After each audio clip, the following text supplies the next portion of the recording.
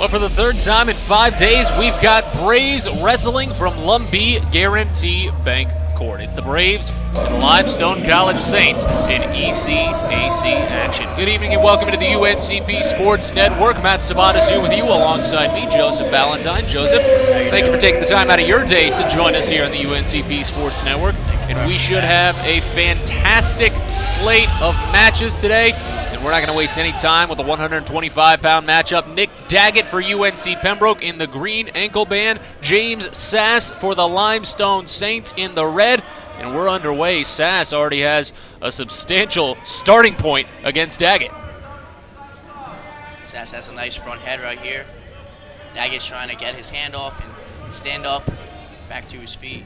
Well, so far it seems that Sass is already a lot faster than Daggett as a stalemate is signaled, and with that speed, Daggett was struggling ever so much to just escape that header, and there goes Sass trying to get it again, and he just about does.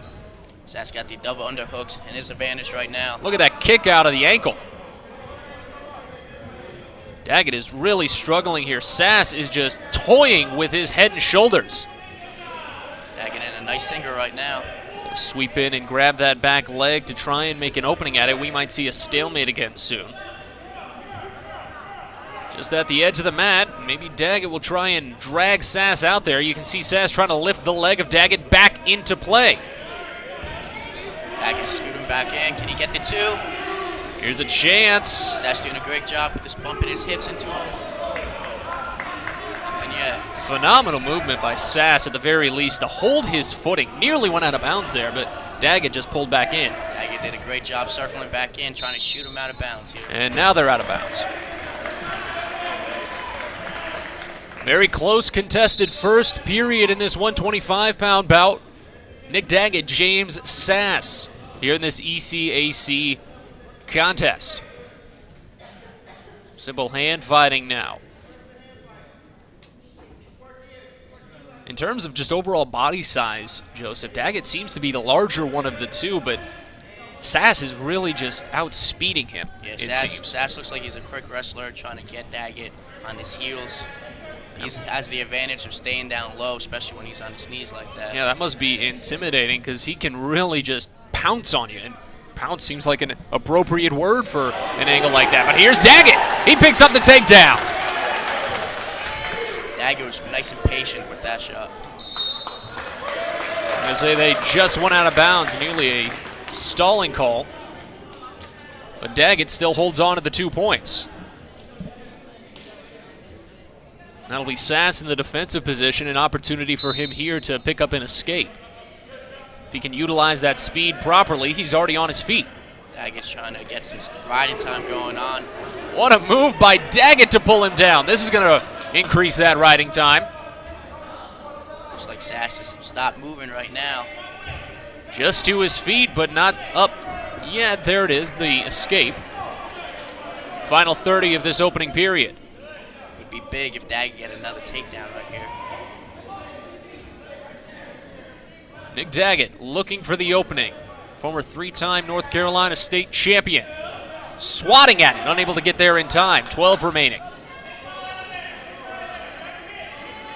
Looks like we might go into the second period, a 1-point lead for Nick Daggett. There it is. Sass seemed to have the upper hand just a small bit when he was aided by the whistle. Daggett defers, and Sass elects to take the defensive position here in the second period. Daggett needs at least 34 seconds to continue on his riding time. That's definitely... He's doing a great job with the nice tight waist. It's good fortune for him. Then he's starting the offensive position for this period. Looks like he got a nice bar in right now. Look at that left arm of Sass. It's basically pinned underneath his own body thanks to Daggett. Oh, look at this. Double arm bar. Can he put him to his back? He's got to get a good spin. He's trying for it, but this is a great tight hold by Nick Daggett. Over his head. Oh, he just got out. Daggett in full control in this second period. Here's a chance. Almost the 2 count on the near fall, but what a reversal from Sass. Daggett is about to go down. There's the 2 count on the near fall. Daggett escaping. He's off one shoulder. What a close chance for Sass here. He's got 4 points on the near fall. Daggett is struggling on this reversal. They're waiting on the call. This is a huge opportunity for Limestone and James Sass. Daggett looking to be out of options. They're still waiting for that second shoulder. Daggett escaping. He flips. Wow. What That a is phenomenal save. Huge. Still a 4-point fall for Sass. Daggett earns the escape, but my goodness, No bonus points. what a save for Nick Daggett. That is huge. Daggett needs to pick it up. He's down by 4 now. He's going to need a couple of takedowns in his favor. The riding time is still in his advantage. He needs 7 seconds to earn that point at the conclusion of the match. Sass just got hit with stalling. Looks to be a little worn out after holding Daggett for so long. Closing seconds of this second period. Little attempted kick out there from Daggett, and that should be the last we see of this second period. There it is. What a big second period for Sass. Incredible. And a big chance for Daggett here out of the defensive position. And Coach O.T. Johnson looks on nervously. That's an understandable nervousness. Nick Daggett nearly went down on a huge reversal from Sass. Sass gifts him the escape. Daggett now trails by 3. Down to his knees, pulled right back up by Sass as he tried to throw Daggett off balance. Great hand fighting here. Looks like Sass is going to be a little defensive now since he's up. Daggett looks like he's going to be taking all the shots. Chance at the ankle. Daggett was on it for a good few seconds there.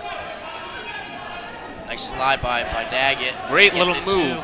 The speed from Sass, though, this is incredible, Joseph. His ability to just slip away from what should be perfect Easy takedowns. Yeah. Tries to throw him. Would have been a nice move. Sass trying to tug him out of bounds, and he succeeds.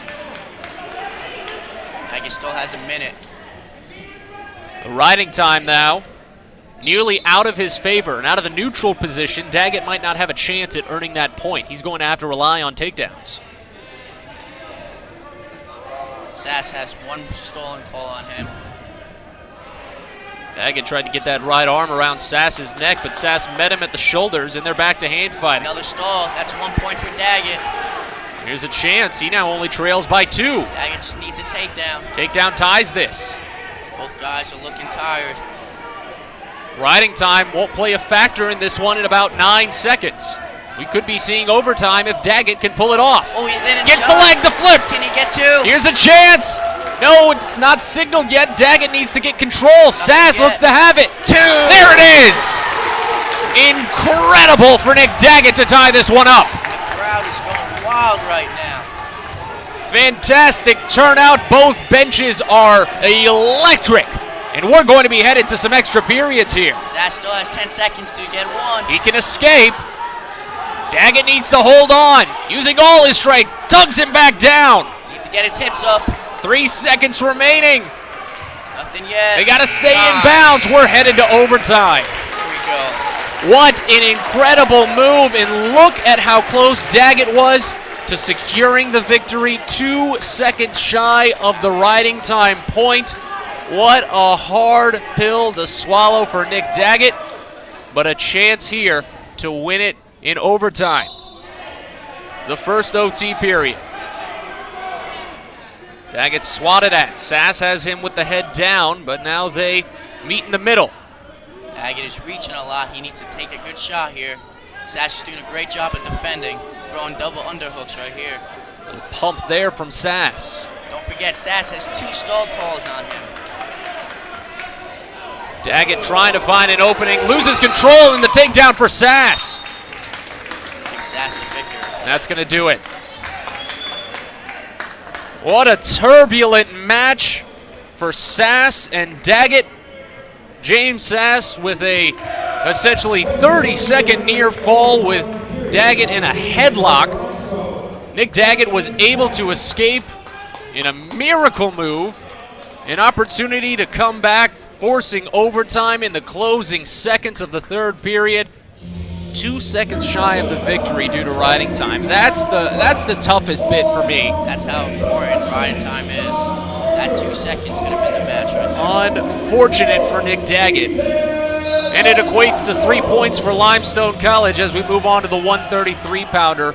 Berger for Limestone in the red ankle band, and Nosko quickly on his back for UNC Pembroke, but escapes the takedown for just a second before it's awarded to Berger for Limestone. Berger throwing legs in right now. He looks like a good leg rider, stretching out Nosko. Trying to get a hook on that right arm of Nosko and pull him away while he's already got the right leg you see there, but Nosko is using his left arm to really keep himself balanced on the mat. Nosko really needs a knee slide and mule kick that leg out for him to start rebuilding his base. John Berger, the freshman out of your home state, Joseph, New Jersey. What a beautiful place Jersey is. Not this time of year. No. Still a 2-0 contest. 2:06 remaining in this first period.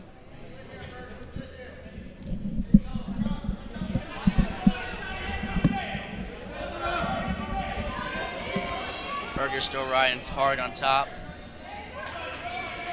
Nosko finally building his base up back to his feet.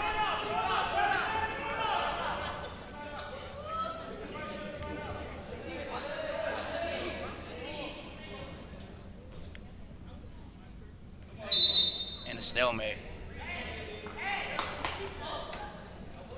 Riding time's in Berger's favor right now. Could be a big turnaround for Berger if he's able to hold on to this one, especially as a freshman against McDonough, or against Nosko. And the leg goes right back in. Quick move out of the offensive position for Berger. He's definitely very talented as a freshman. That much can be said for this 133-pound weight class. Look at how he splays the legs of Nosko on this one. It's going to be a tough move for him to try and escape here, especially essentially both of his legs entangled and that left arm as well. Looks like Berger What a move. had a fish hook right there. Nosko somehow escapes, but not before the near fall is attributed to Berger. That's 2 more points, puts him at 4 in the closing minute of this period. Nosko is mightily struggling, and I think it's because Berger, Joseph, he's really focusing on the wrists. Yeah. You can really tell that Nosko hasn't really had proper control. Right now he has, but hasn't really had some proper control over both of his arms at the same time for a good portion of this contest. Well, Berger's doing a great job of chain wrestling right now. He's hitting from one move to the next. It's very hard to get control of the top man if you don't know where he's going next. Pretty soon the riding time is going to be all Berger, no matter how you slice it. He's had essentially this entire period. It's almost his first period. It's not counting up on your screen anymore, but he's at 240. Nosko's struggling, and we're going to get a stalemate with 0.8 seconds remaining.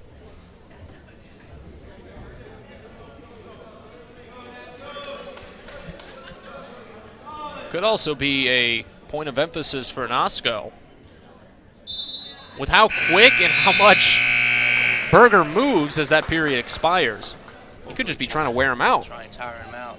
Because, I mean, you saw leading into that stalemate, Nosko was just laying there like a dead fish. It's a lot on the forearms for the top man trying to turn him. His forearms must be dead right now. Just in terms of overall body condition, Berger does look a little more worn than Nosko, and this is where Nosko has a chance to go on the offensive. Nosko trying to mat return him right now. Berger's doing a great job defending. Really getting that leg. Look at the reach from Berger to pull on that leg of Nosko while in the defensive position, and he earns the escape. That was a well-earned escape for Berger.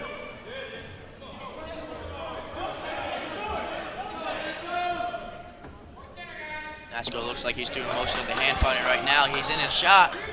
There's a chance if Nosko can get some control, but He needs a knee slide up. yeah, even with Berger on top, it's going to be hard for Nosko to get control. And it's a stalemate. Good call. You can see Berger was starting to get Angle between the legs and then across the shoulder of Nosko. That could have been difficult. So we'll head back to the neutral position. Midway through the second period. 2:31 Berger's riding time now. They're slapping at it. What a move!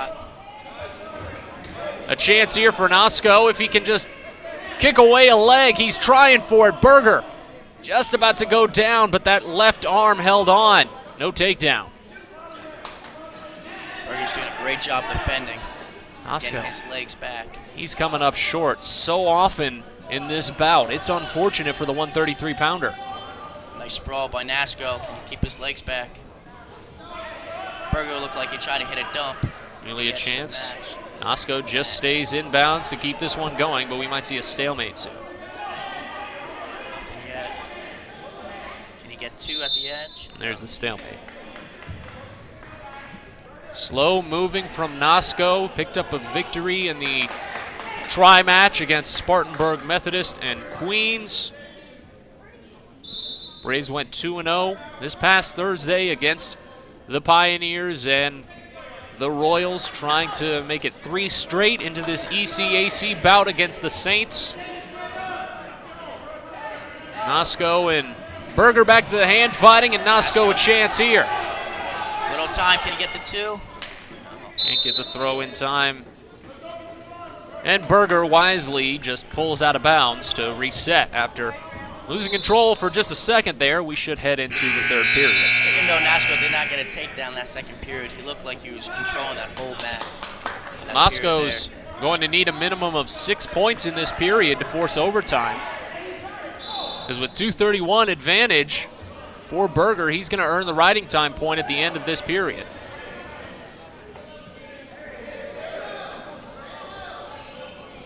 Nosko doesn't have much time to waste. He needs an opening, that's for sure, but he might need to take any opportunity he gets. The simple hand fighting.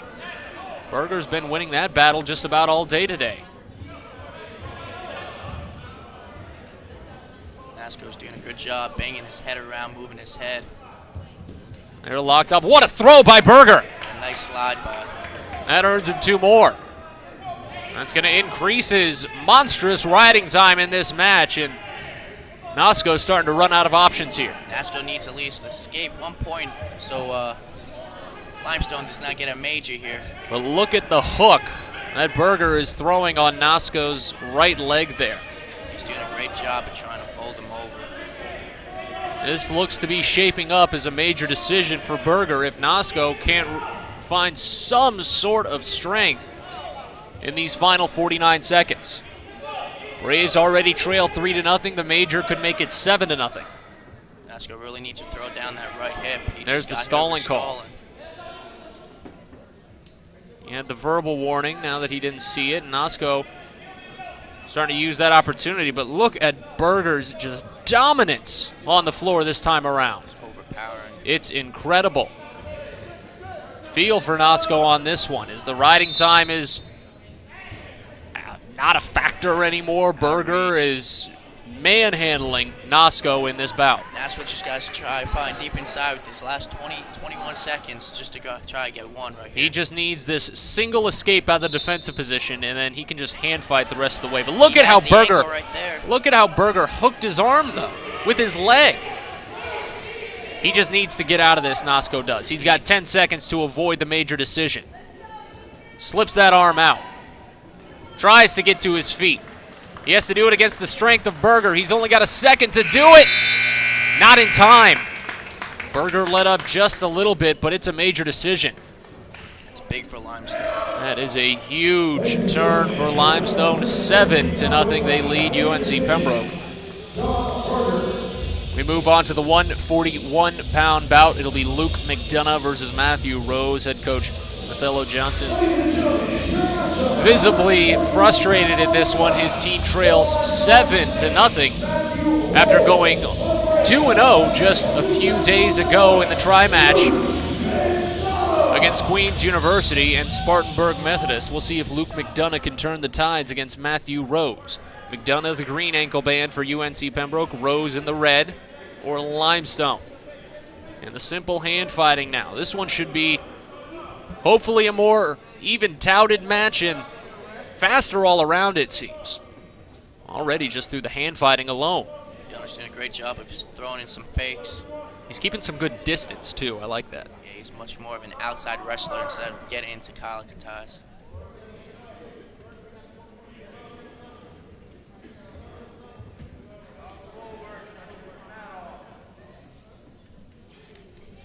Simple hand fighting, just circling the inner ring. Nothing too serious yet. Just a little bit of back and forth and back and forth.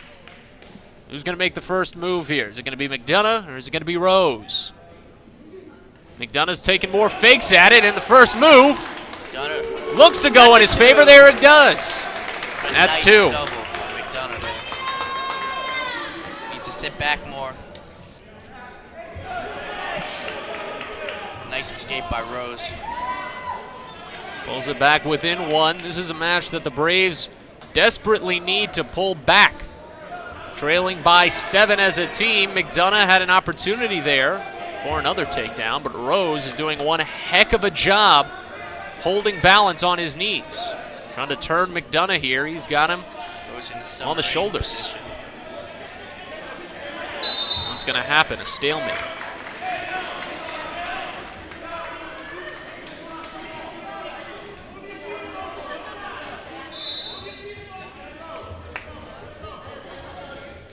McDonough's backing up here. He needs to start circling instead of backing up, trying to stay in the center of the circle. But he might get hit with stalling. So far, it seemed, though, that McDonough's done a better job at finding his opportunity through the fakes, while Rose, none of his have really caught McDonough off guard. Luckily enough for UNC Pembroke, but here's a chance as Rose gets McDonough's ankle. He's going to try and drag him out of bounds. McDonough has a nice whizzer in. Hopefully it's tight enough. The tug of war with McDonough's leg continues. We might see a stalling incoming. Looks like Rose is winning the battle for now, but McDonough is using this opportunity to place himself above Rose. McDonough needs to square up his hips more, sink his hips back, put him in a front head. Who's going to take this one? Closing 30 of this period, only a 1-point contest. The roles are reversed now as Rose is on the outside looking in. We might go out of bounds if McDonough pulls that last foot. McDonough's trying to get to here and keep there that it foot is. in. Out of bounds they go. What a fun first period it's been. So McDonough and Rose, essentially a stalemate, minimal riding time in favor of the Brave. Only a 2-1 lead for Luke McDonough. The hand fighting should take us to the second. Braves dropping the first two contests in this duel. One by a decision, one by a major decision. First one in overtime, Nick Daggett fell. And the second, a major decision when Ethan Nosko fell. Now Luke McDonough trying to at least get the Braves on the board. Trying to turn things around. In the offensive position, he surrenders the escape, letting Rose set up for the neutral. We're tied. Looks like McDonough's more comfortable on his feet than Top. Definitely seemed that way a majority of the time, and that's exactly why. Look at that double. Right to the escape for Rose, but McDonough takes the lead He does. and pulls down another takedown. Toying with Rose now. Cutting the man, pulling in the escapes, and taking down the takedowns. They'll say he's out of bounds, but back-to-back takedowns for McDonough, a 2-point lead. Looks like Rose is just trying to get into her leg, taking really bad shots. He's not setting them up at all, and McDonough's just counting off of them. Cutting Rose like this could be a smart move from McDonough, especially in terms of trying to reach that major decision. The Braves are going to need it, especially down the line once we get into those upper weights. Those upper weight classes, the 7th, 8th, 9th bout. What a flip for McDonough here. Another two. Chance for the two, there it is. Beautiful takedown as he hooked that left arm of Rose as Rose is trying to pull off another escape. Rose is trying to look for a dump right now. McDonough did get hit with stalling right before that shot. We might see a stalemate incoming. There it is. Still a 4-point advantage for McDonough. If he can double that lead, he'll secure a couple more points for UNC Pembroke and try to pull the lead within 3. And he might just allow Rose another escape here after a little bit of a struggle. There it is. 2 more seconds to the riding time, though. Every second counts, like we noticed in the first 125 match. He just needs to find his opportunity and take it. If he's going to keep cutting Rose, he's going to have to move fast since the riding time might be taken out of the equation. Closing seconds of this period. His double seems like it's been working for him. Hopefully he needs to set that up again. Keeping some good distance to avoid Rose an opportunity, and it's definitely seemed so far that just in terms of overall reach, as we're about to close out this period, that McDonough has a much longer reach in general than Rose does, and he's been using that very much so to his favor in terms of these attempted takedowns. And here's a chance for him to pull off an escape to start the third and final period.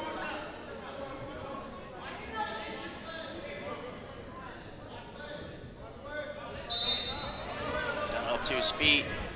Trying to pull it away, but Rose just sweeps the ankle. McDonough right back on top. That's the switch. Almost there, but they're just out of bounds. McDonough trying to stay up on his feet. Try to hit Rose with the stall call. And that's a tough one for McDonough, too, because it takes away a chunk of his riding time.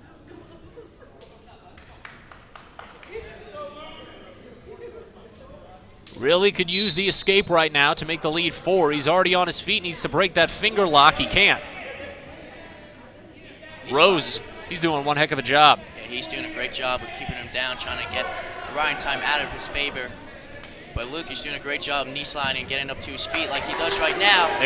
That's got to be the escape coming soon. No escape yet, still has control. They're saying no, out of bounds. Oh, there it is. There it is. I think they were waiting to see if McDonough earned the reversal. So he earns the point on the escape, so we'll do it out of the neutral position.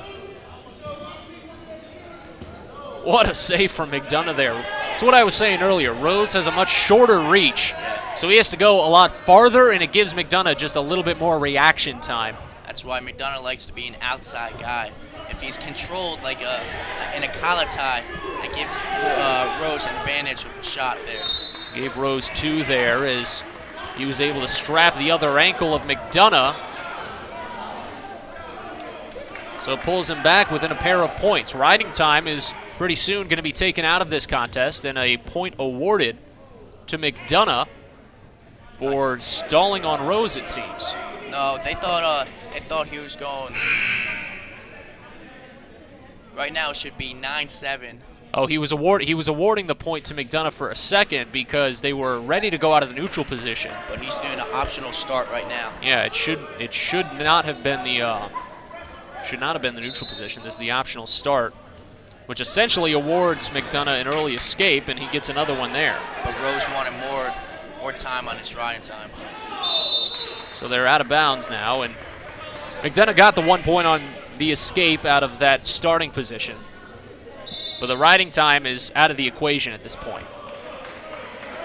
Neither combatant can reach that minute threshold unless we go into overtime. Now we're on to some serious hand fighting. Rose does have McDonough does have a stall call right now, and he just got hit with it again. So there's a point for Rose, back to a 2-point advantage for McDonough. See on the side of your screen there, head coach O.T. Johnson a little frustrated that his wrestler's getting tagged with those calls. A takedown will tie this one. McDonough needs to circle his feet here and stop backing up. He needs to score 2 here to pretty much finish the match. He's got that arm trapped against Rose's head as they pull to the sideline. Looks like Rose is trying to push him out to try to get the stall, try to shoot him out. McDonough needs to circle his hips back in so he doesn't get hit with the stall call right now. He's trying his best to keep that right foot in there. He's doing the splits, man, but that's a stalemate. We got 10 seconds left in this close match. McDonough just needs to hold out. The stalling will still hold the lead. even if McDonough gives up one more stall call, it would be good enough for the win. Closing seconds. Another stall warning. There's 1 point. McDonough needs to avoid the takedown now, and he just does so. Wow. What a close, contested match. McDonough just squeezes away the victory by decision to get the Braves on the board. 7-3 now. They trail. But what a decision that was. Big match for Pembroke to help turn things around right now. Well done, Luke McDonough. We're going to move on to the 149 bout. Tyler Makosi for UNC Pembroke in the red ankle band. Phil Ruiz for Limestone, or swap that. Green ankle band, Makosi. Red ankle band, Phil Ruiz for Limestone. Already onto some hand fighting in this 149-pound bout. Oh, I'm still riding a little bit on how close that 141 match was. Fantastic job by Luke McDonough to just hold on. Some great wrestling. As Rose was able to find his footing in general through that third period. Great job by McDonough. Some good hand fighting right now.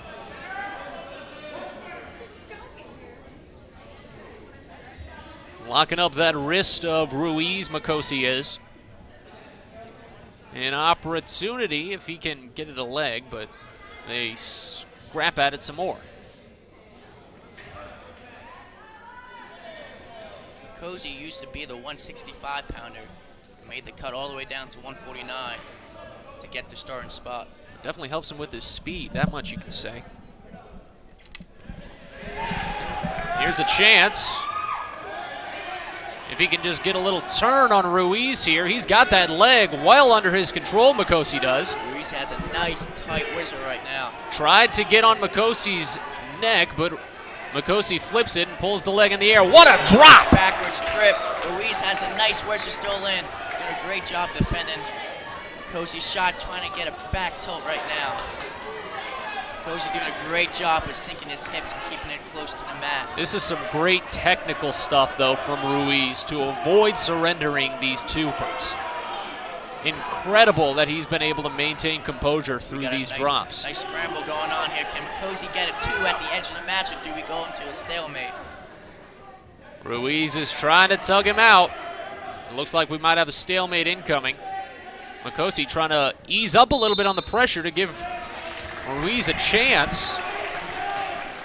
Makosi was maybe trying to reassert himself after letting a bit up on Ruiz, but stalemate signal. So back to hand fighting we go.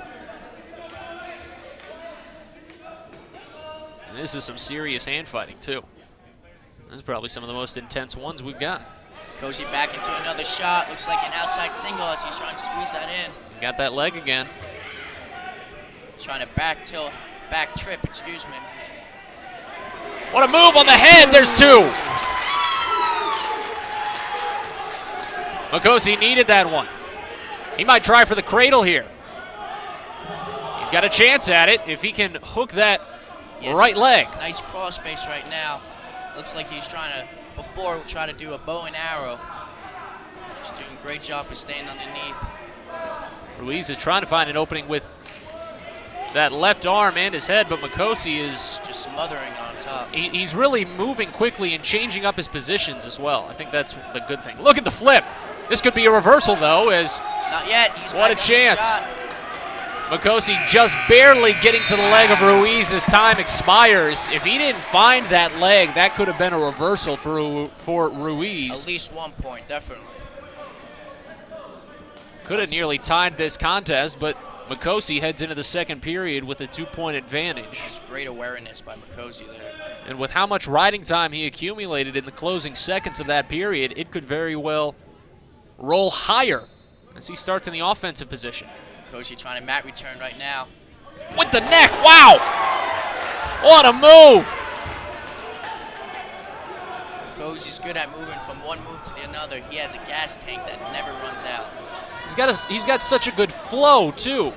How he can just transition from one move to the next and catch an opponent off guard. We got stalling on bottom. Makosi's doing a great job of chain wrestling right here. Ruiz cannot find an opening to plant anything, his feet or his hands. Makosi is somehow focusing on all four at the same time. Makosi trying to get a Turk in right now, doing a great job staying on top. Even though this match is looks like a close match on score.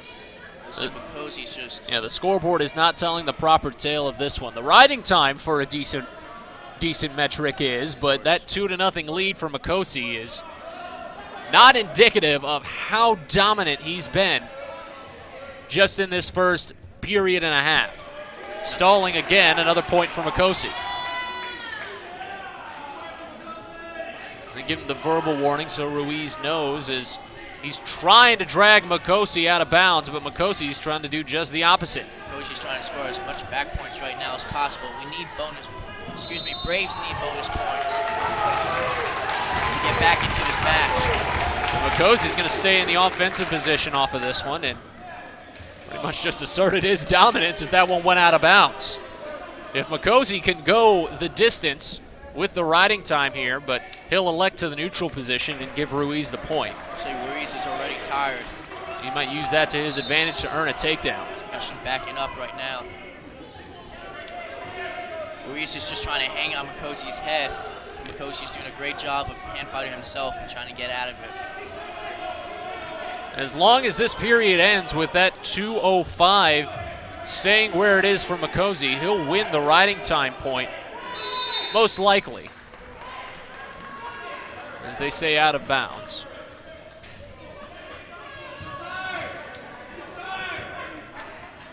You can hear the fans cheering out on this one. Ruiz is worn out. Makosi back in another shot. Can he finish it before the period ends? Nearly a chance. Ruiz still holding on with that right half. And not in time. Short. Very, very close for Makosi, and Ruiz quite slow.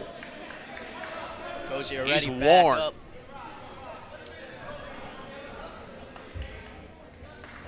Ruiz taking his time. He looks concerned on this one. Makosi has been manhandling him. See how this one goes. Ruiz on a leg. Makosi trying to get a reversal. Can he get it? He's going to get this one as long as that arm skips away. It does. Makosi trying to look for... Excuse me, he's going to cut him the right here. You definitely want to cut him at this point in time with your team trailing by only a single major decision. Is this a violation? I have no idea why he blew that whistle. Yeah, why was this match stopped? They were nowhere near out of bounds. Looks like Coach OT wanted a stall call. Or were they asking if the score was right? I think the coaching staff for Limestone was questioning whether or not that was a reversal.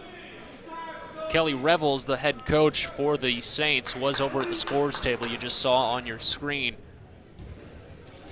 Pretty sure that that's what he was doing, questioning whether or not that was a reversal. And from our vantage point, at the very least, that was very clearly a reversal, and the official signaled it as so. Doesn't really matter much to Makosi. It sets him up in the neutral position to secure another takedown. What a set. Like I said in the beginning, Makosi has a gas tank that never runs out. He just keeps going and going. Looks like Ruiz is hanging on the leg right now. Makosi's going to earn that riding time point at the very least, but Makosi needs to at least secure one more takedown and maybe another point to go with it, because he'll have to at least let up perhaps an escape to earn that major decision to tie this duel up.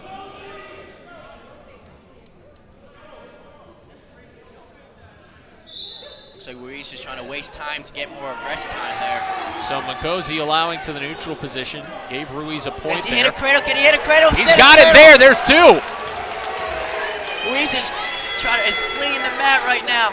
Might be another stalling call incoming, and if that's the case, it would almost surely lock the Braves for the major decision. Makosi just needs to hold tight. What a move! He gets back points with it. What a move! Seconds expiring. The Braves need one more point. One more point for Makosi to secure. Wow. Was awarded no back points. Braves are going to need the takedown here to get the major decision. Ruiz awarded another point on the elective neutral position. But with how Makosi's been wrestling, it should come soon. He's got 25 seconds to do it. Look at this! There's the two. Beautiful double by Makosi. This match has been all Makosi. 1 point away from securing the major decision. The riding time already giving it. And Makosi is going to take this one out of the offensive position and try and ride Ruiz the rest of the way. Ruiz taking his time. Trying to make sure he's lined up properly on the mat. Now we're ready to go. Makosi just needs to avoid the escape for the rest of this match. Trying mat return. There it is. And keeps him down. Just 10 seconds. He's got to hold out for the major decision. What a flip. Ruiz Granby's through. Here's a chance for Ruiz, but still 5 Makosi is seconds. going to ride it home. The major decision for UNC Pembroke ties us up at 7. What a match for Makosi.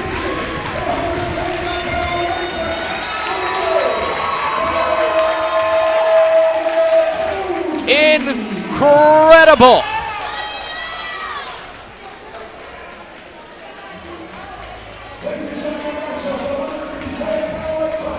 I'm still reeling from that one. Incredible. Matches. The 157-pound bout. Eric Milks for UNC Pembroke, the green ankle band.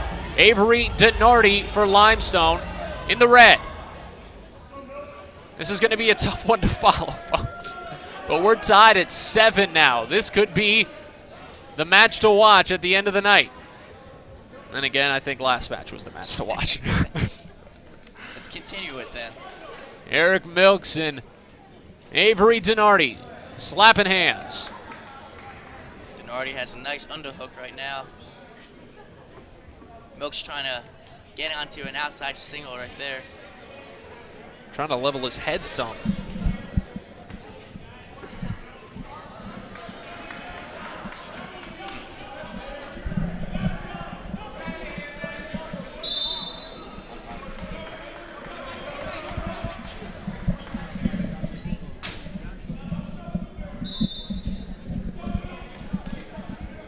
No real advantage as of yet. Only a minute elapsed in this first period. We're still tied at 7. And Eric Milks, Avery Denardi. No one with an upper hand yet. Just been hand fighting all around. Someone needs an opening. Denardi tries to create one, but Milks doesn't bite.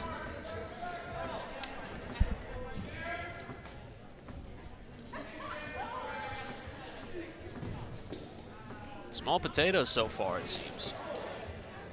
Matt Sabatas, Joseph Ballantyne here with you on the UNCP Sports Network, our fantastic crew taking time out of their Martin Luther King Jr. Day to help us bring you Braves Wrestling. We thank you for joining us. We thank our fantastic crew for being with us.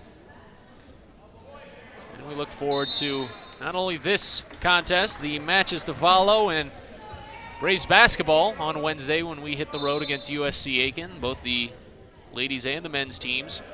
2-0 on the day at Georgia Southwestern earlier this afternoon. UNC Pembroke, the men, atop the Peach Belt Conference alone. Here's Eric Milks. Eric Milks on a double right now. Denardi's doing a great job of squaring his hips away. Really pulling those knees across to pick himself up back on his feet. Great move by Denardi to escape that. Looks like Denardi has one underhook, and they peel off. Let's try again. 2.5 gone in this period. We haven't seen anything. Night and day compared to the last match. Still fairly even strength. Slapping at it. 15 seconds left in the first.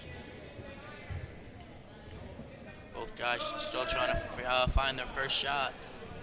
First takedown, excuse me. Avery Denardi, the 149-pounder freshman out of New Jersey. as we have a scoreless first period on our hands. On to the second.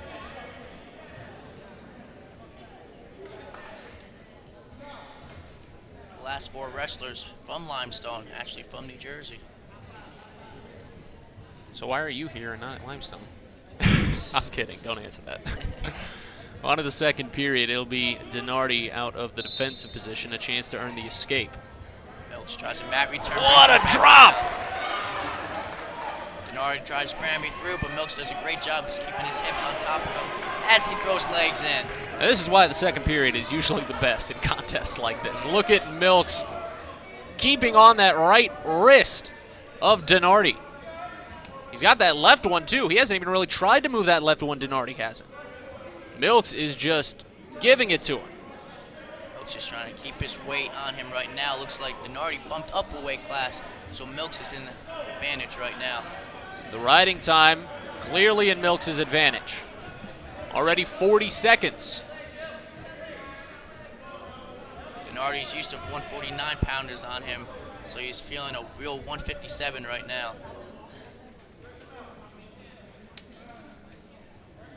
Donardi already looking winded just from this simple ride by Eric Milks. He eclipses the 1 minute mark. Takes a lot out of you trying to escape leg riders. And there's still no point awarded from that entire ride. Milks eclipsed the 1 minute mark, but since he started it in the offensive position, we're still scoreless. Well, that 1 point usually comes at the end of the match. So let's see if Milks can still hold on to that riding time. Still a long way to go until that end of the match, though. That's the thing. Milks, the redshirt senior out of New Bern, North Carolina. 17-10 last season, 27-12 a year before, and chance to go 1-0 today. Already a chance to earn riding time across the whole second period, as Donardi looks gassed.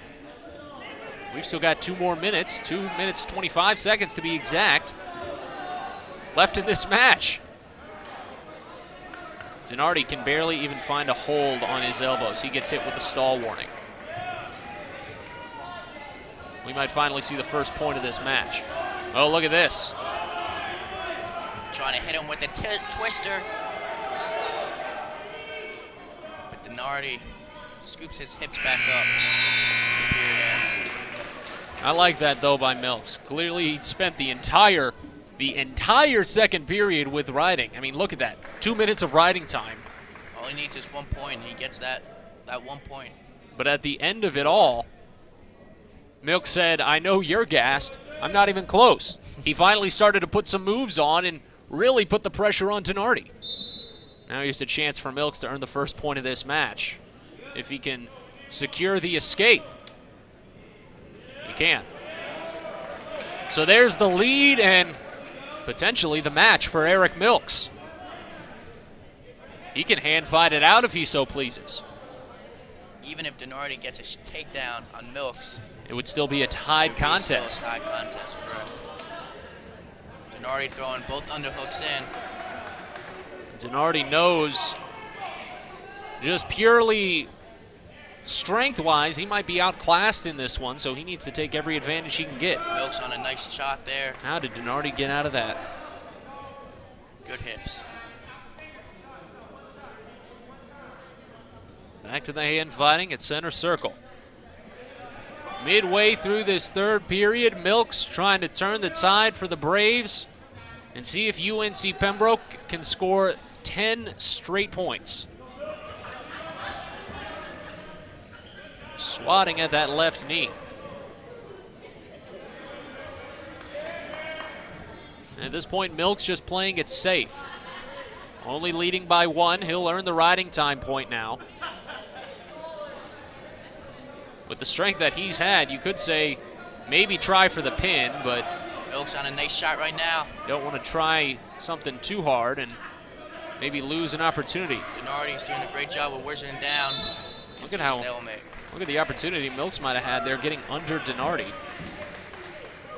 But the stalemate eliminates any possibility. 26.5 remaining, and Milks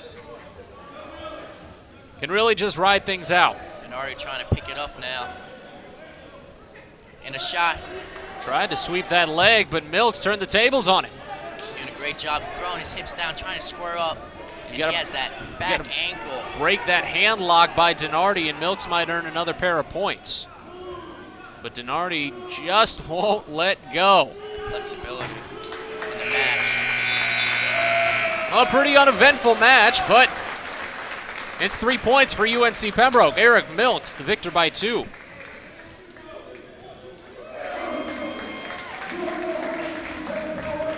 I mean, heck, you might have just said that was a heavyweight matchup for how slow and low scoring it was, but again, for UNC Pembroke, it's a victory. That's something they needed after trailing by 7 in this contest. And now one of the biggest stories of this duel, as Othello Johnson is looking for some clarification over at the scores table. Looks like the Limestone wrestler said some words to Milks after the match.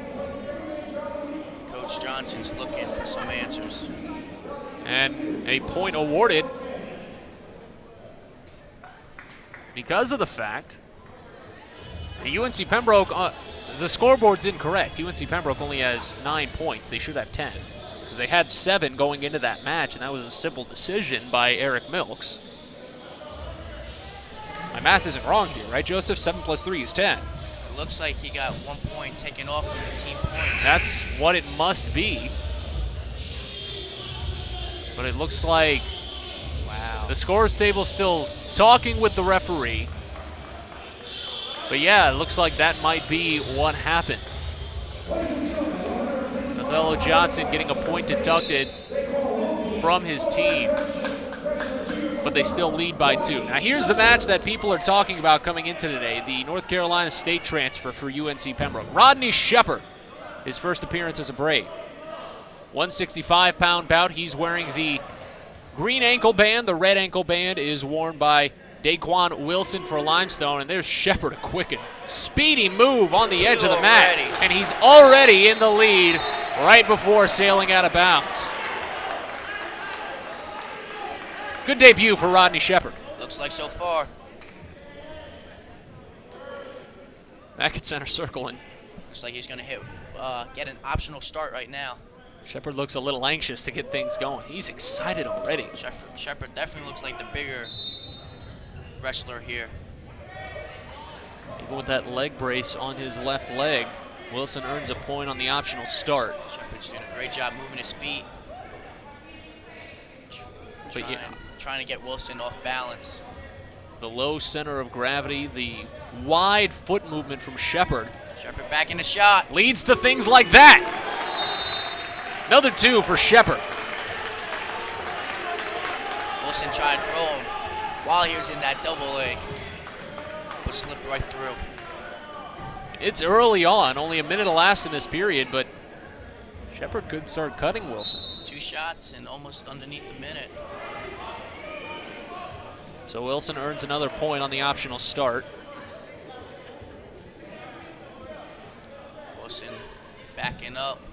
Shepard's doing a great job of keeping the pace. One of the first times today it seemed that Wilson has been in control during the hand fighting, but Shepard doesn't seem too phased. He keeps low with it, looks for the opportunity. Wilson drops to the knees to try and take away, and he's such. Looks like Shepard's just setting up his shot right now, looking for that double again. Just trying to read each other's minds here. Shepard with the opportunity. Stall warning on Wilson. Back to the hand fighting now. Shepard could earn another point soon if Wilson doesn't improve. They're tangled up. Wilson tries to take the right leg. No dice. Wilson has 2 underhooks right now. 1, excuse me. Shepard trying to drop it, but a stalemate signaled before anything materializes. Still a 2-point advantage for Shepard. Braves lead by 2 after the decision by Eric Milks, and unfortunately a violation on head coach O.T. Johnson, leading to a deducted point. But still a lead for the Braves in a duel in which they trailed 7-0 at one point. Here's a chance for Shepard. It'll scoot away by Wilson to avoid it. We're essentially motionless here. Shepard looking for an opportunity. He's got a hook under the armpits there. Look at the flip. Wilson tries to hit a headlock. How did Shepard slip out of that? He's Weasley, earns 2 more points. Closing seconds of this period. A 4-point advantage for Shepard. He might be able to just ride it out and earn some of the first riding time seconds of this match. He's up to 24 now in the closing 5 seconds. And there it is.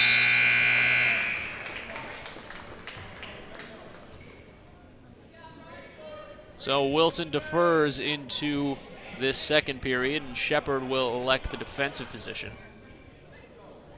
Good chance for him to take point number 7 if he can secure a quick escape. Head coach O.T. Johnson looks on anxiously.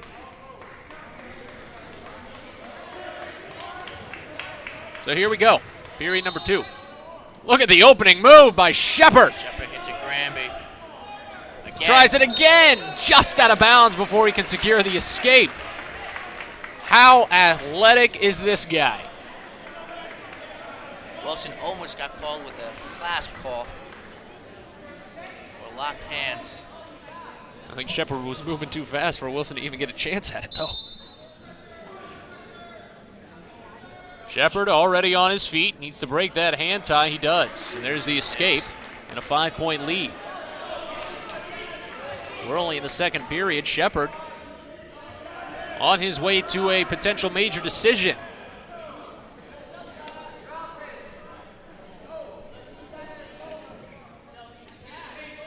Shepard keeping that center of gravity low, waiting for the opening. He's almost just toying with Wilson at this point. Through the hand fighting. Shepard needs to pick it up a little bit if he wants that major. Wilson.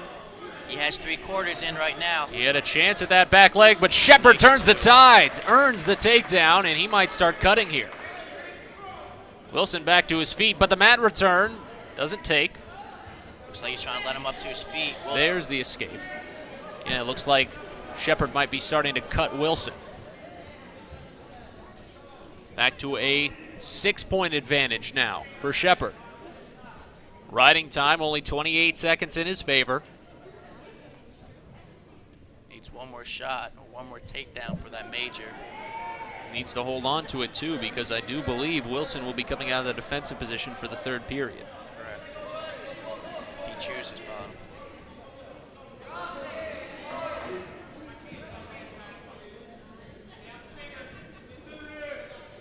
Slow movement and a stalemate in the closing 20 of this period.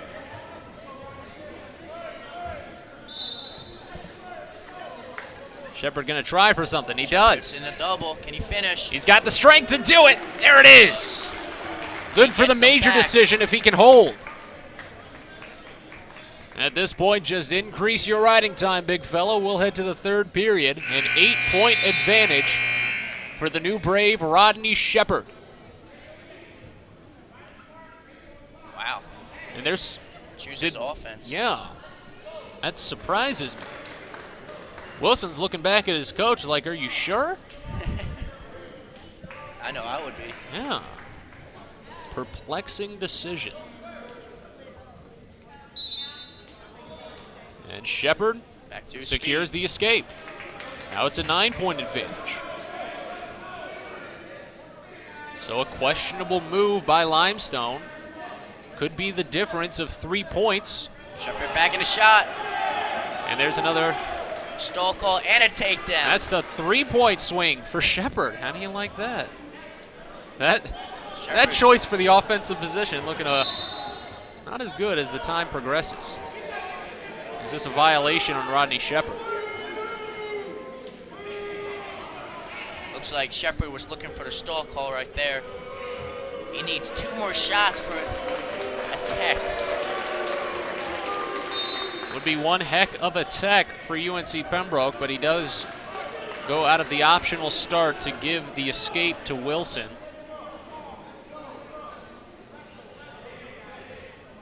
Wilson almost interlocking on his fingers on Shepard there. If Shepard can cut properly and secure the tech, That would be huge for bonus points for the Braves. It would only be 4 if he doesn't secure a near fall in the process, which so far he hasn't done. Shepard back into a leg shot. Wilson just barely hanging tight onto that ankle of Shepard to avoid the takedown. That should be 2, and looks like he should be in danger right now, but nothing yet. I think it's all because of that ankle. Shepard just trying to shake it. Nothing yet. Sitting on the guy now, but still that ankle holds. A signal of stalemate. What a save by Wilson to just not let go. That could have been a big swing for Shepard, and it looks like the tech might be out of reach at this point. The major is pretty much a lockup. Shepard hand fighting right now. Looks like he's setting up for that double again.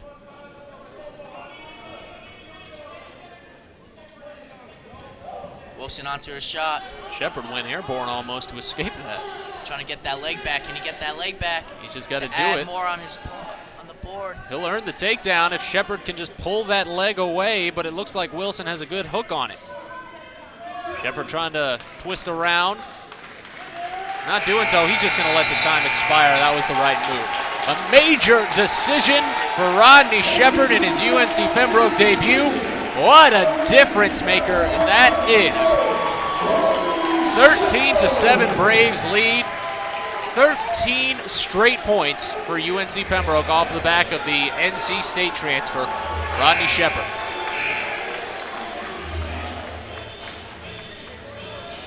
We'll move on to the 174-pound bout now. Brandon Sloop for UNC Pembroke. Green ankle band, red ankle band, worn by Jimmy Sandlin of Limestone. And we're underway in the 174.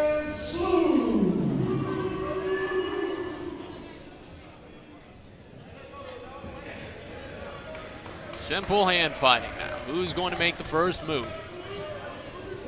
Braves trailed by 7 points after the first 2 bouts. James Sass and John Berger defeated Nick Daggett and Ethan Nosko, respectively. A decision and a major decision in the 125 and 133-pound bouts.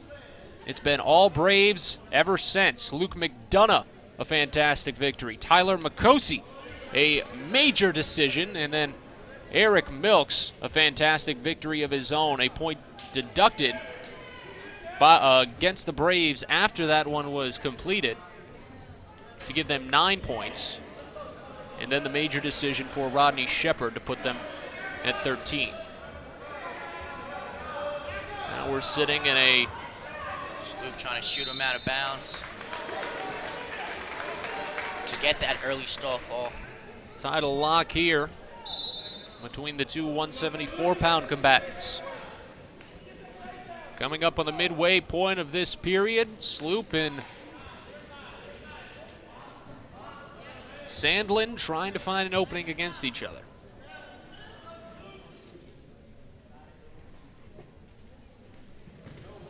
Sandlin saw an opening at Sloop's leg, and Sloop tried to turn the tables, but nobody can make a proper move. Sloop did a great job throwing that leg back and trying to get a reshot off of that.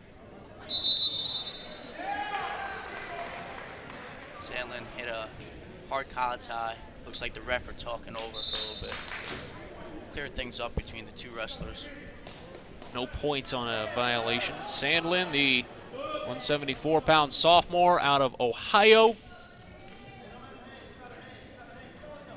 Simple hand fighting with Sloop. A slow, uneventful move against the redshirt sophomore out of China Grove, North Carolina. Tries to drop Sandlin to his knees. Sloop not fast enough to capitalize on the opportunity, and we've got pretty uneventful first period on our hands. We've had some great turbulent contests, some pretty slow matches overall. That 154 bout, or which was it, the 157, my bad, with Eric Milks. That one was quite slow. Took a long time for that one to get going. The only point during the actual match itself was a single escape. So far, the first period of this one has gone a similar route. Here's a chance for Sloop. Sloop in the front head. Sandlin doing a great job of holding on to Sloop's right arm. Sandlin just slips away and regains his composure as the seconds expire on this period. Sandlin stays inbound just in time to hear the buzzer. Sloop is going to get the opening decision of the second period. He defers and Sandlin elects for defensive. So that's how things will start with these next 2 minutes. And here we go. Sandlin. That return doesn't take. 1 point escape for Sandlin. That could be a big point in the grand scheme of things at the end of this match. Back to some hand fighting. Sloop's definitely good at faking out the opponent, dropping low quickly, but he gets horizontal, it seems. He can drop quickly, but he can't get at the legs quickly, it seems, so far throughout this one. See if he can turn the tides ever so slightly on that. Be a big change for whoever gets that first takedown. Stone just got hit on Sandlin. Looks like Sloop is taking all the shots here. It's definitely what it seemed to be throughout this second period, even after the escape by Sandlin. Another shot by Sloop. Who's going to get that all-important first takedown? It could be the difference maker in this 174-pound match. It's been butting heads and fighting, not much else. Sloop and Sandlin. Braves lead by 6. Could be a 7-point lead, but they were deducted a point on a bench violation. Still, they trailed 7-0 at one point after the first 2 contests. Sloop looking well in control. Materializes on that opportunity, but gets it just turned around on him. The hooks there from Sandlin might take him into the third period. What an escape by Sloop there. That was such a good chance, but Sandlin did one heck of a job to turn it around in his favor. He did a great job of getting out of that mess. And there we go into the third. Pretty uneventful contest so far, just like the 157-pound match. So far in escape, the only point. Riding time not a factor yet.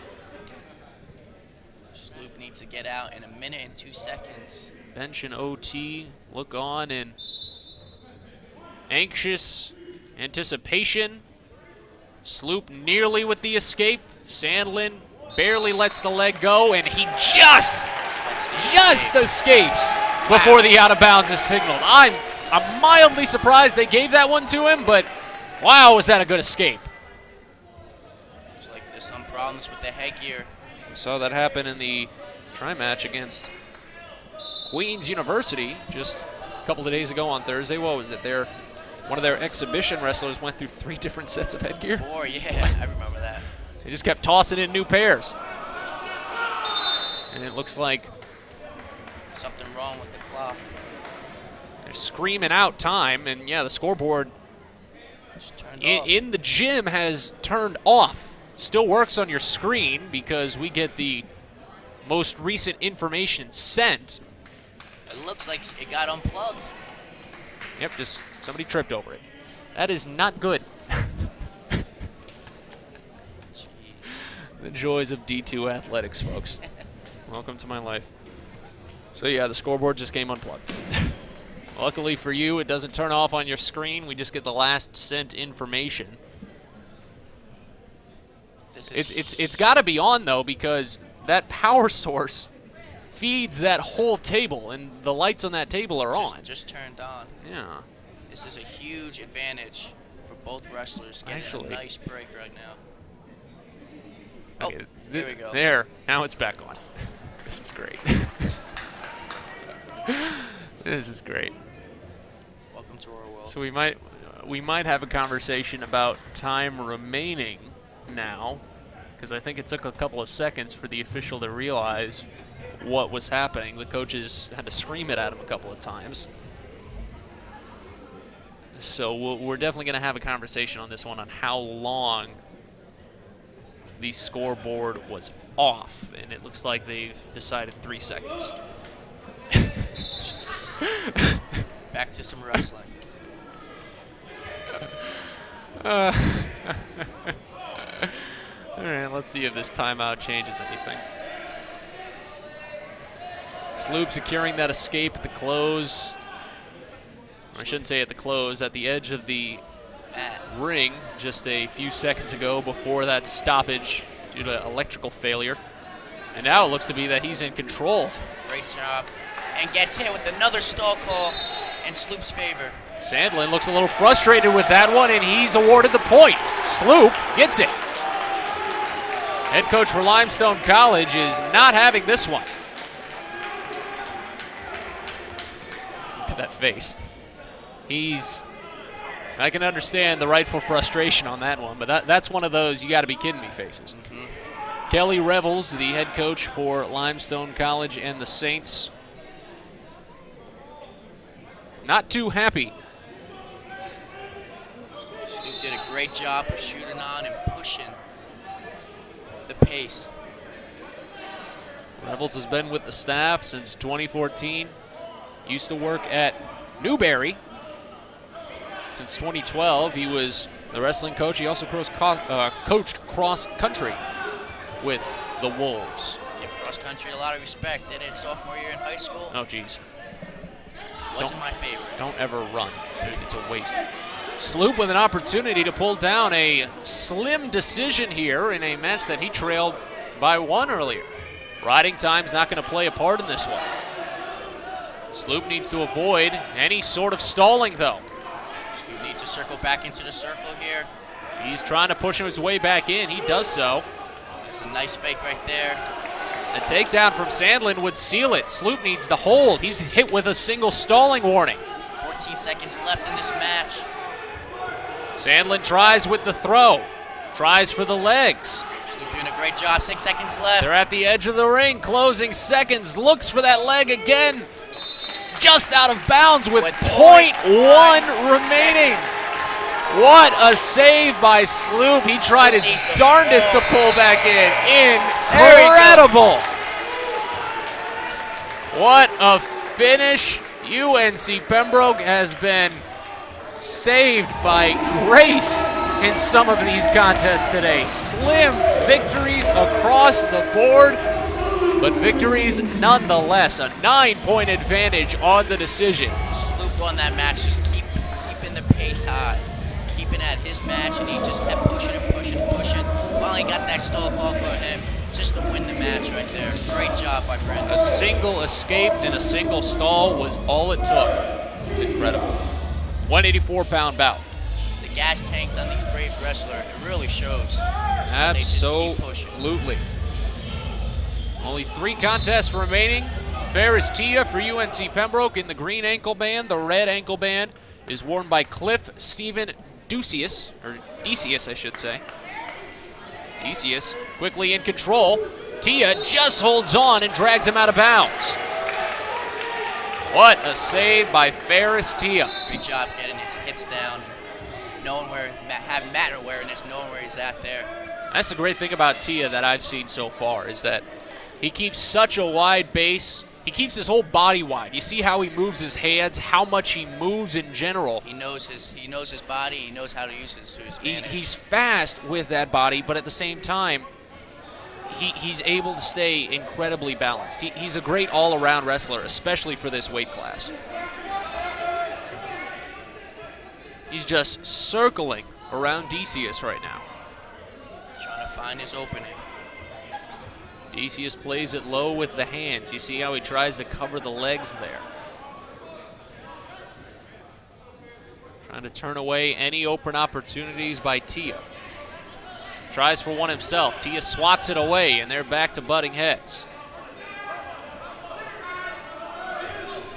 About to hit a stalemate, it seems. Tia in a shot. He shoots tries him out of bounds. for And a stall warning. Decius installing because he backed up out.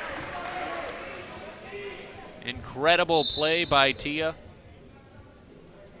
He saw the opportunity, he went for it, and I'm not too sure Decius was as aware of his position on the mat. What a job by Decius! It looked like he was out of bounds. He did not slide the foot in. Oh, that is frustrating for Limestone. If you see the replay again, you can see that his feet were not in. Tia was airborne by the time that Decius's feet had left the mat. That is incredible.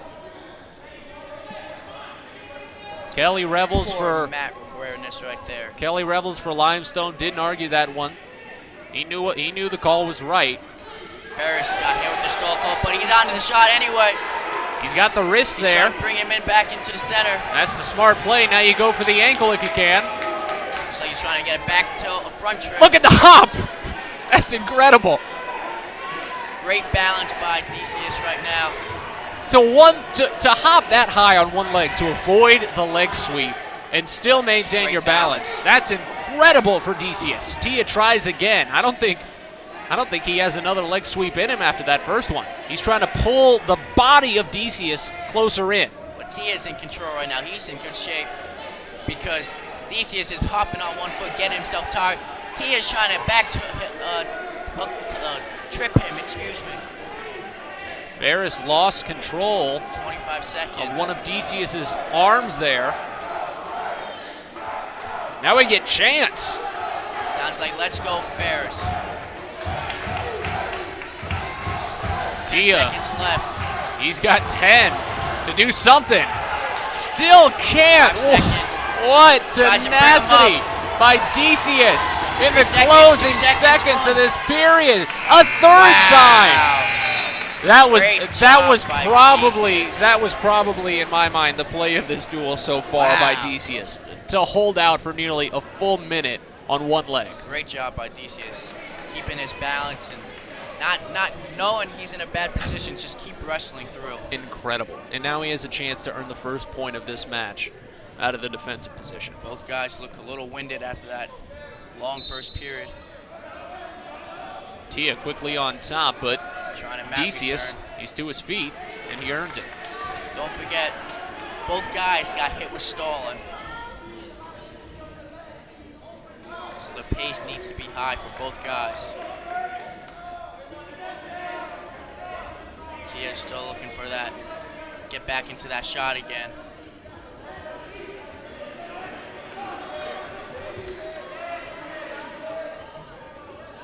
Back to some simple hand fighting. Very eventful first period. First 30 seconds of this one haven't been much of the same, but something could happen in the blink of an eye. Both guys had 2 nice shots on each opponent who could not follow through. Might see a stall call incoming soon if nothing happens, but it looks like the tangle might keep that away. If Tia can shoot him out of bounds, it looks like you get hit with the stall call. A little flip as Decius is trying to pull out of bounds. Tia just held in for a slight second, but unable to hold on. Remember the rules for out of bounds, as we saw earlier with that near takedown by Decius, it's essentially like a 3D cylinder that just rises up infinitely from the edge of the ring. So your foot can be in the air, just as long as it's on the plane of the actual ring of the mat, then you're still technically in bounds. Even a shoelace will keep you in bounds.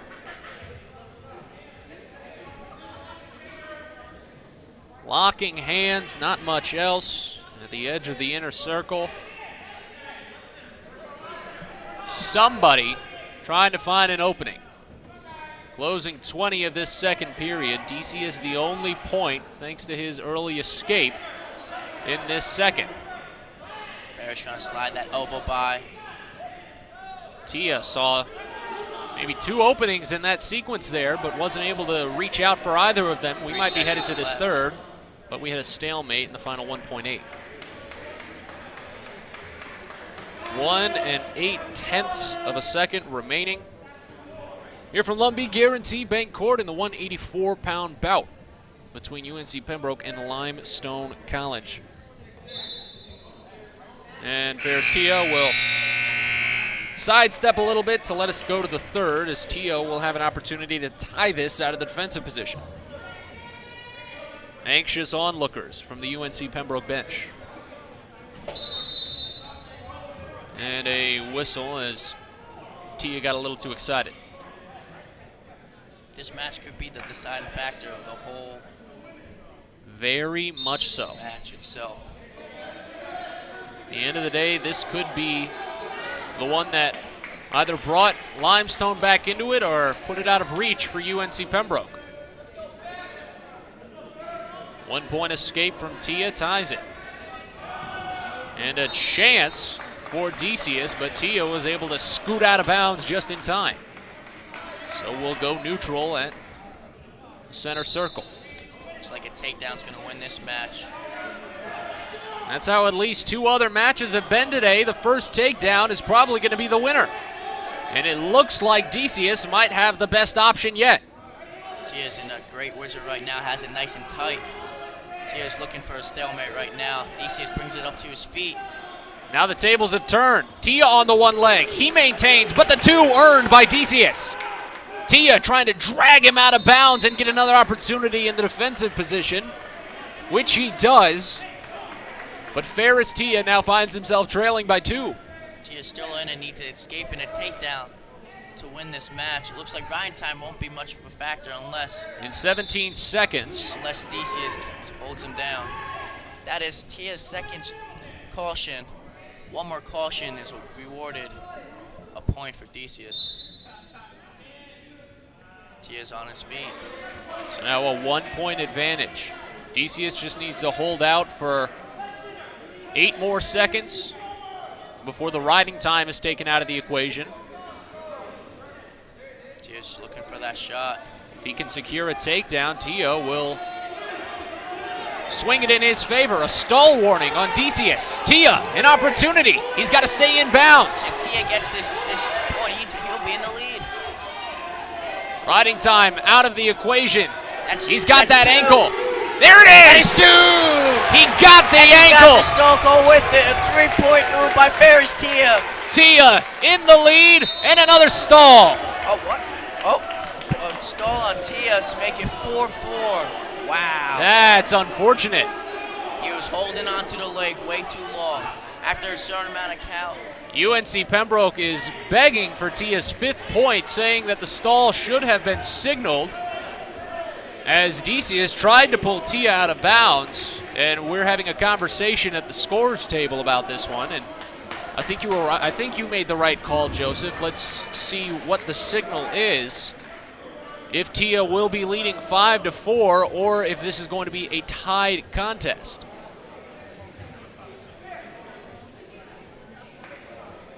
So they're still chatting it over with the scores table now, and now they give Tia the point on the scoreboard.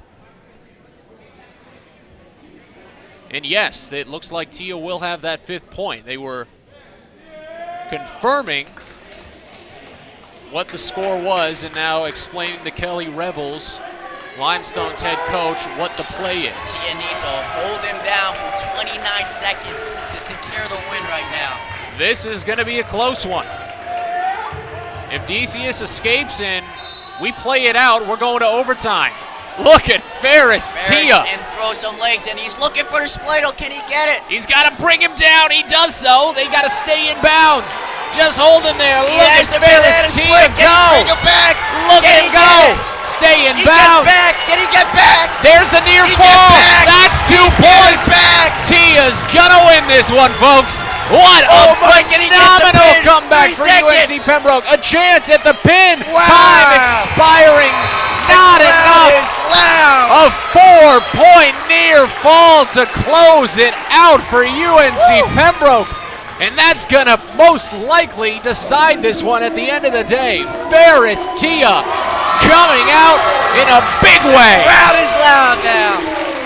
What a great win for Pembroke. To make it 19-7.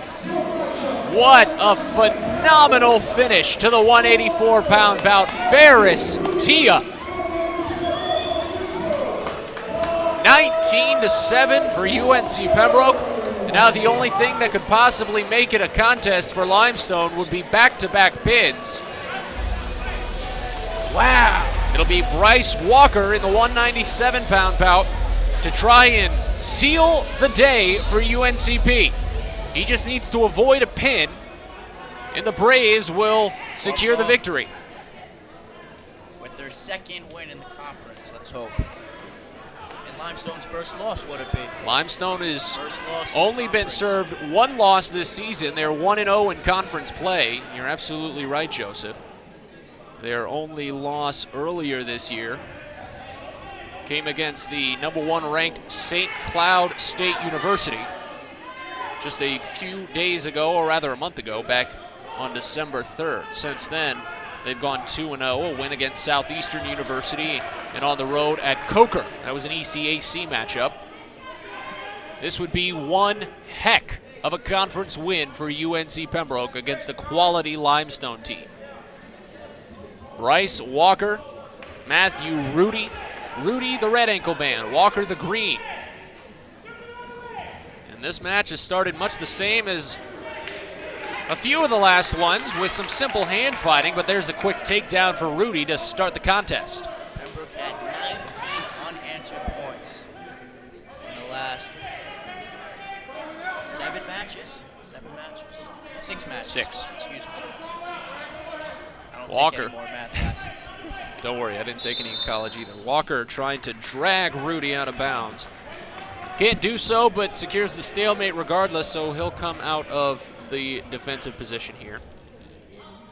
A chance to earn an escape, but so far it seems that Matthew Rudy has the upper hand in this one. As we said, Walker just needs to avoid a pin, and that'll be enough. A technical fall still wouldn't be enough for Limestone. And there's the escape for Walker. Great little flip, and it looks like the speed is starting to come to him. Rudy doing a great job. Fake shot to a shot. Here's a chance. He's got the lift. Walker trying to throw his hips down with that whizzer. Rudy trying to find either an ankle or that right hand that's propping Walker up. Goes for the ankle.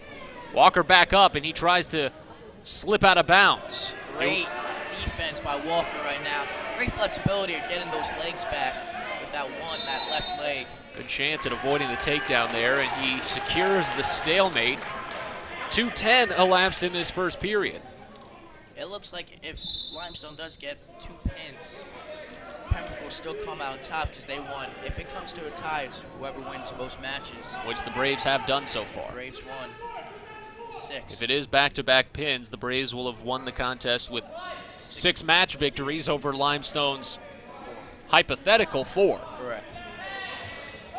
They'd still have to secure 2 pins to even get that. And there's a great throw by Matthew Rudy. 2 more points for the Limestone Saint. 3-point advantage over Walker. Largest deficit that a Brave has faced in quite a while since the major decision by John Berger back in the 133-pound bout. Back to his feet goes Walker.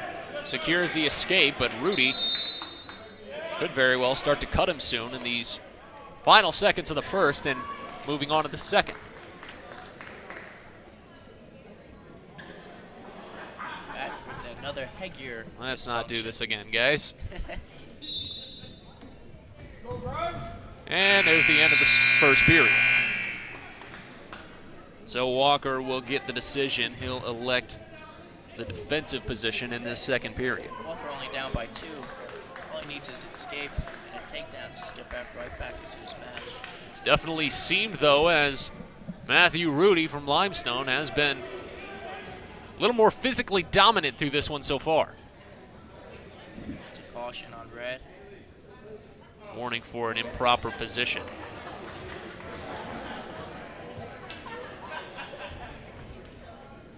Rudy made aware of it. He realized his mistake, and now we're ready to go. Walker quickly on his gut. Nice tight waist by Rudy, keeping Walker down while he back hooks that ankle. Rudy trying to pull the leg back in. Some great moves by Rudy to keep Walker from closing those legs and securing a position with the arm. Rudy has a half in, right back to it. Oh, here's Shot. a chance. Walker up to his feet. Got the escape. Fingers just came unhooked by Rudy. Walker able to pull it back within 1 point. Rudy does have advantage of riding time right now. 119 you see on your screen there in favor of Matthew Rudy of Limestone. Some simple hand fighting, but very aggressive as we head out of bounds.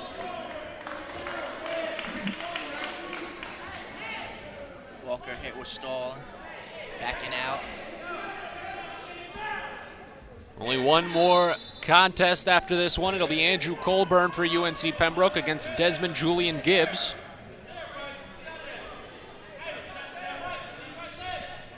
Bryce Walker for UNCP. Trailing by 1, he does have a stall warning. His team, though, up by 12, with a victory surely secured.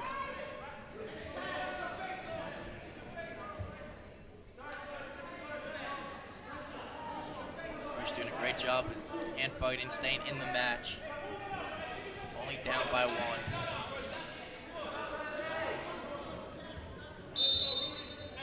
And a stalemate whistle. Looks like interlocking with fingers.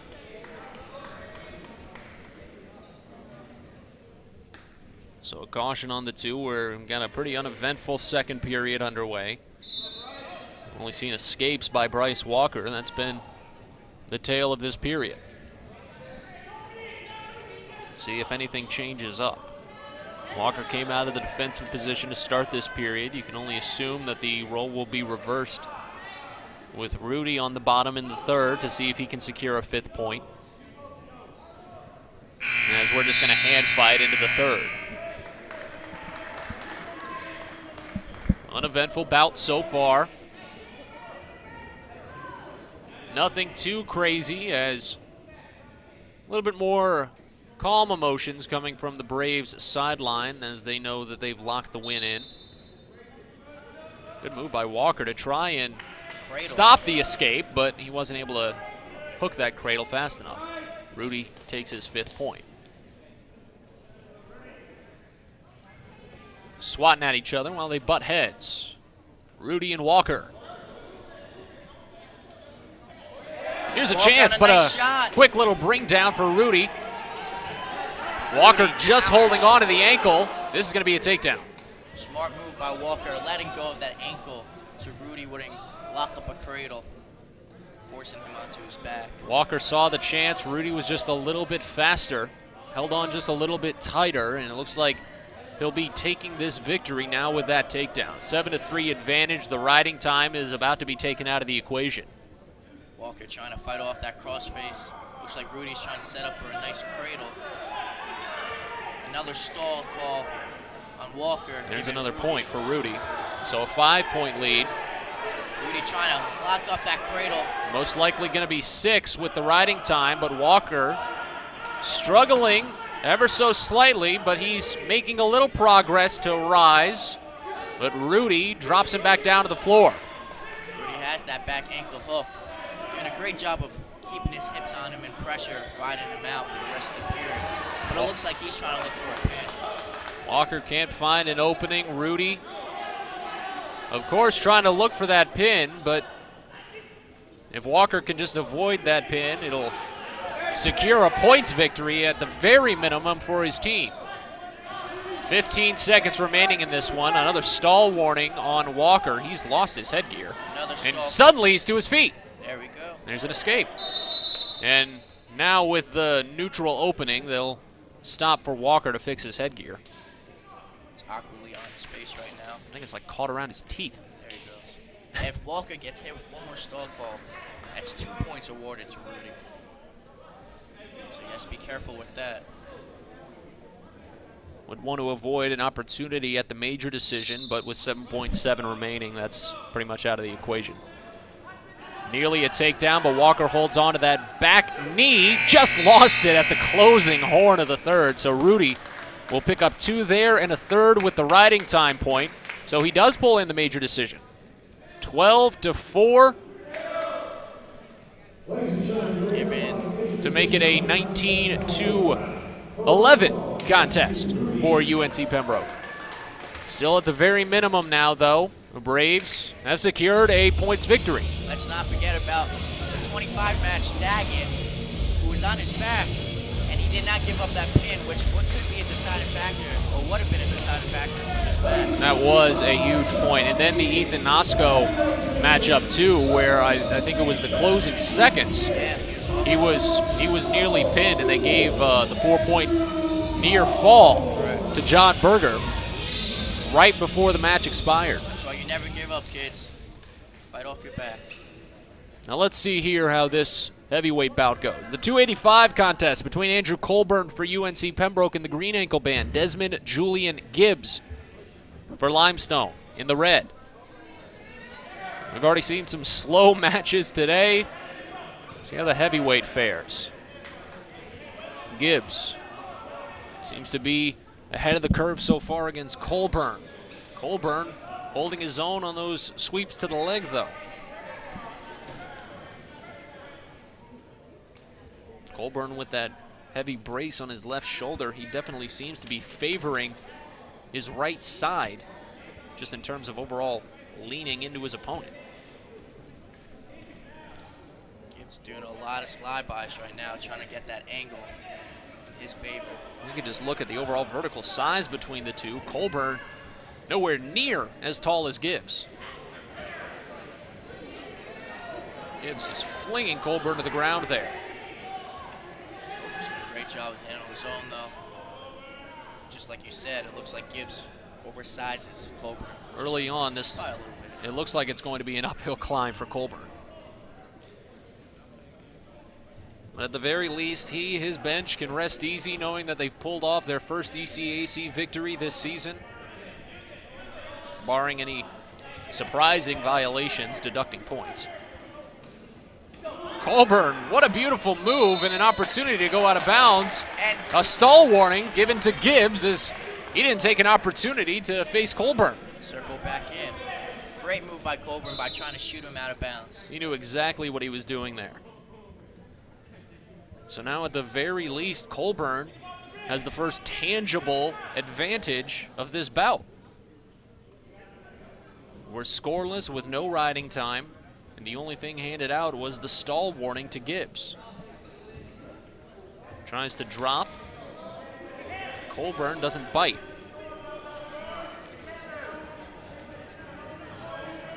Gibbs almost had a nice ankle pick.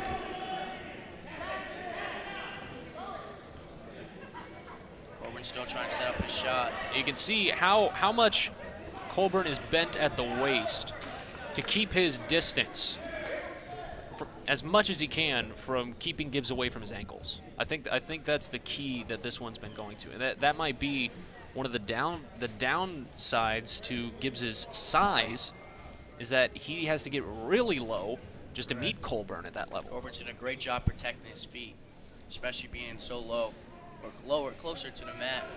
It's harder for Gibbs to get onto a takedown. But there it is! Right there. Oh my goodness, Gibbs closing out the first period with some strength. Colburn's just going to let it ride, as that is a hard finish to the opening period.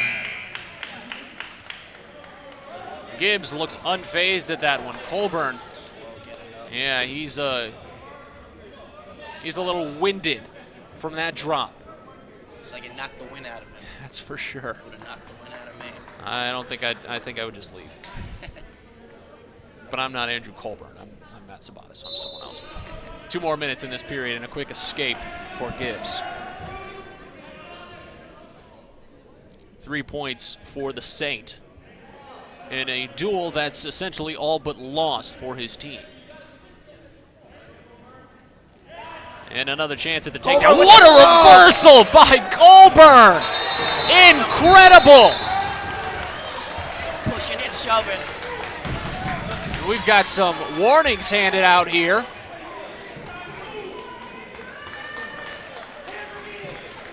Two combatants being sent back to their benches.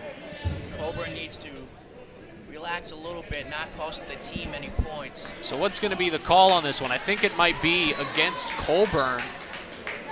I think he might have gone, yeah, Gibbs got another point.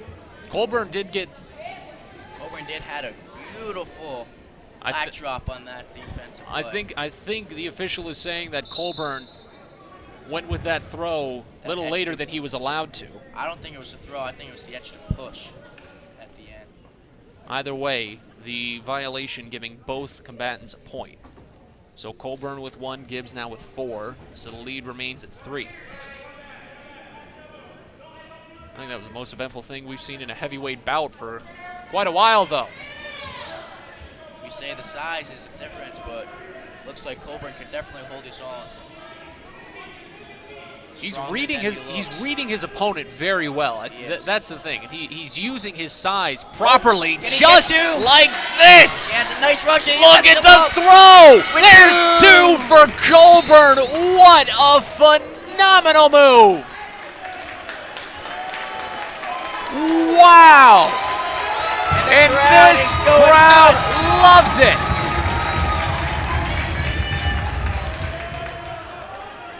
I love it. Gibbs with a chance at the escape here. Colburn not going to give it to him, but Gibbs will take it anyway. Back to a 2-point advantage. Gibbs sheds his ankle band.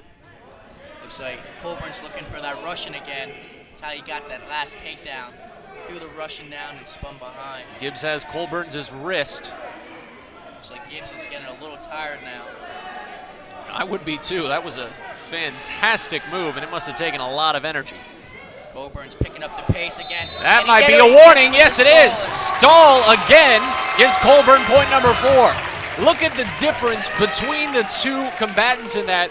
When Colburn sidestepped out of bounds, he came right back in and took another shot at Gibbs. When Gibbs stepped out of bounds, he just stood there and let Colburn come at him. That's the difference. That's the new stall call now. If you get shot out of bounds, you get hit with stalling.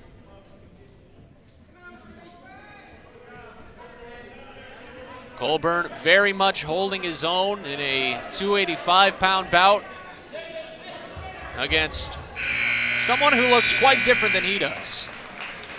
Looks like Colburn's giving up at least 40 pounds, and he's doing a great job of mat awareness right now. He has a chance to tie it here in this final period. Up to his feet. He's on his feet now, essentially, but Gibbs not giving him the time of day. Hooks the leg. This is a good chance for Gibbs here. Gibbs threw that leg in, but Colburn was able to get it out. Gibbs needs at least 40 more seconds. Colburn up! He just got away for a split second, but Gibbs held on just barely. 27 seconds of riding time for Gibbs. Colburn needs to get up in at least the escape would tie it, but you're right, Joseph. He needs to do so in 22 seconds now. Gibbs is doing a great job of getting each side. He's to 1 foot. He's about to get away. If he can break it, he does. With 14 seconds, and he shoots and a chance. What an opportunity. Nearly another stall call. The ref said the wrestlers will both continue wrestling, so no stall call was awarded. We're tied at 5 with the way this has been going. Colburn could get a fantastic seeming upset. Colburn has that Russian again.